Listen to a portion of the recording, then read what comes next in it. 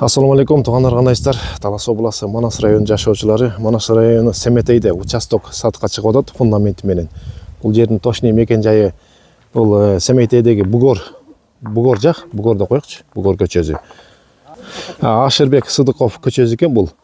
Анан бул жак менен жайылган жак менен киржек болот. Анан тиги трасса менен киржек болот. Бул жактар ошо мечиттин тушу менен кайрылып келип, анан эң конечный деп коет экен бул жакты. Бул жакка ошо поляларга чыгып кетебиз. Ушул жакты азыр көрсөтүп беребиз сиздерге. Общий аянтта 29 соту экен. Баазын негиз баазына сразу айтсак келишим бар дейт, эми кожоюну ушинтип айткыңыз дейт, эми мага деле айткан жок баазын. Телефон номерин экранда ошого байланышып келишсеңиздер болот. Анан бул жакта суусу бар экен, суу даяр, казылып даярдалып калган. Фундамент куюлуп калган бул жерге тамга. Анан үстүнө дагы бир сыра көтөрүп куюп койсоңуздар болот экен. Засыпка болуп калыптыр бу жерде. Чоң там экен, көрүп тургандай мына, сиздер көрүп тургандай. Комнаталар көп экен да, чоң там. Ушул участок сатылат экен, туугандар. Көрүп тургандай тереги да бар экен, бул жерде бир чоң терек бар экен. Ушул жакка караштуу.